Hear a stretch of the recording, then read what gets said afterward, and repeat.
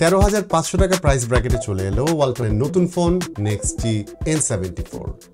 যারা বাজেট রেঞ্জে স্মার্টফোন খুঁজছেন তাদের জন্য এটা একটা অপশন হতে পারে। সো আজকের ভিডিওতে এই ফোন সম্পর্কে কিছুটা আইডিয়া দেওয়ার চেষ্টা করব। আপনাদের সঙ্গে থাকছে আমি বাবু, চলুন শুরু করা যাক।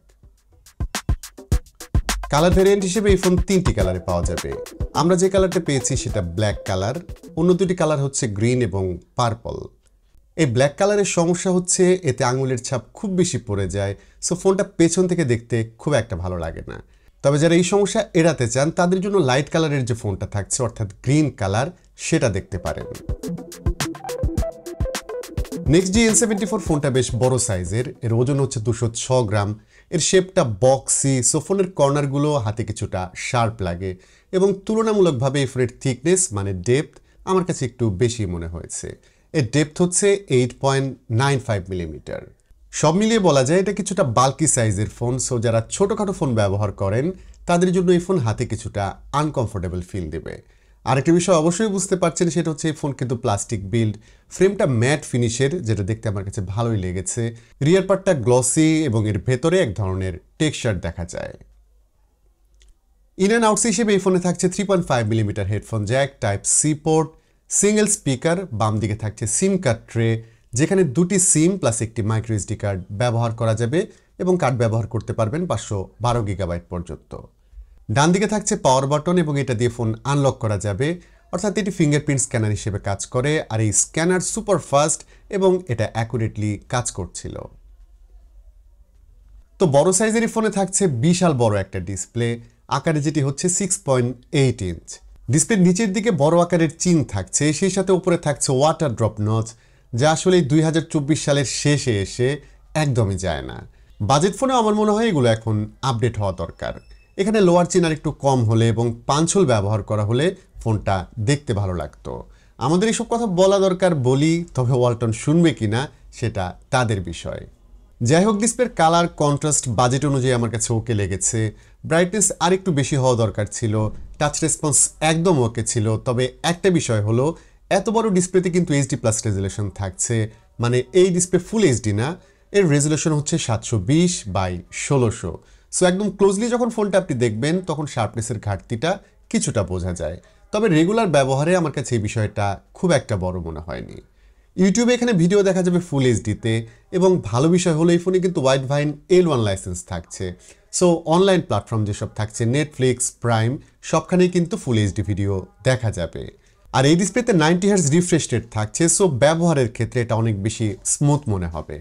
আমাদের এক্সপিরিয়েন্স অনুযায়ী সিস্টেম এবং থার্ড পার্টি যেসব অ্যাপ থাকছে সেগুলোর ক্ষেত্রেও কিন্তু 90 হার্টজ ভালো মতো কাজ করছিল।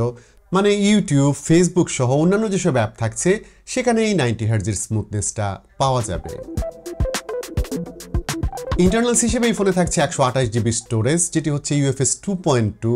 এটা বাজেট ফোনে যে টাইপের স্টোরেজ ব্যবহার করা হয় eMMC, সেই স্টোরেজের চেয়ে অবশ্যই অনেকটা ফাস্ট। সো এই ফোনে রিড এবং রাইট স্পিড দুটিই ভালো পাওয়া যাবে। সেই সাথে এই ফোনে থাকছে 4 গিগাবাইট র্যাম, যদিও ওয়ালটন এটিকে 8 জিবি র্যাপিড র্যাম বলছে, মানে স্টোরেজ থেকে 4 জিবি নিয়ে 8 জিবি হচ্ছে। তবে অ্যাকচুয়াল র্যাম এই ফোনে কিন্তু 4 জিবি, বাকি যে 4 জিবি থাকছে সেটা ভার্চুয়াল। এসওসি হিসেবে পাচ্ছি ইউনিসক T606, যাতে 1.6 গিগাহার্টজের প্রসেসর থাকছে, এবং জিপিইউ হিসেবে থাকছে মালি G57 MP1। গিগবেঞ্চের স্কোরটা স্ক্রিনেই দেখতে পাচ্ছেন, যা দেখে বুঝতেই পারছেন এই ফোন একদম মডারেট পারফর্ম করবে, অর্থাৎ রেগুলার আমরা যেসব কাজকর্ম করে থাকি সেগুলো ভালোভাবেই করা যাবে। তবে ভারী গেম, অনেক বেশি মাল্টিটাস্কিংয়ের ক্ষেত্রে এই ফোন খুব একটা সুবিধা করতে পারবে না। আমরা নর্মালি ফোনে কথা বলা, ইউটিউবে ভিডিও দেখা, ব্রাউজ করার মতো কাজ করেছি, টাস্কগুলো ভালোভাবেই করা যায়।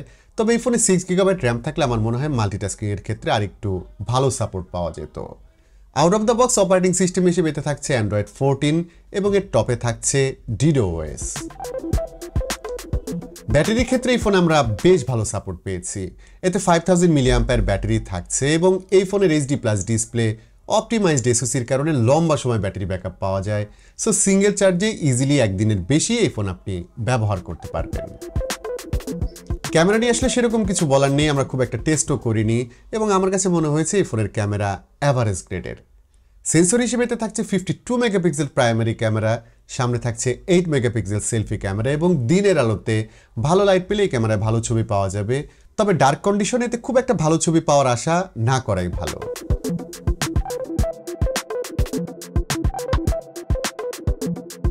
তো শুরুর দিকে বলতে ভুলে গিয়েছিলাম, এই ফোনের বক্সের ভেতর কিন্তু আমরা সবই পাচ্ছি। লাইক একটা টিপিইউ কেস থাকছে স্ক্রিন প্রোটেক্টর, চার্জিং অ্যাডাপ্টার থাকছে এবং সেই সাথে একটি চার্জিং কেবলও পাওয়া যাবে। তো ফাইনালি যেটা বলবো, বেসিক ইউজার যারা আছেন তাদের জন্য এই ফোন একটি অপশন হতে পারে। আমরা এতে কল টেস্ট করে দেখেছি, কল কোয়ালিটি ভালো, নেটওয়ার্ক জনিত কোনো সমস্যা নেই। সেই সাথে বড় ডিসপ্লে, বড় ব্যাটারি থাকছে এই ফোনে, এবং সব মিলিয়ে যারা ফোনে প্রচুর ভিডিও দেখেন, ভিডিও কল করে থাকেন, তাদের জন্য এই ফোনটি ভালো চয়েস হতে পারে। তবে এটি কিনবেন কি কিনবেন না সেই ডিসিশন অবশ্যই আপনার। আজকের ভিডিওটি এখানেই শেষ করতে হচ্ছে। সবাই ভালো থাকবেন, অনেক ভালো।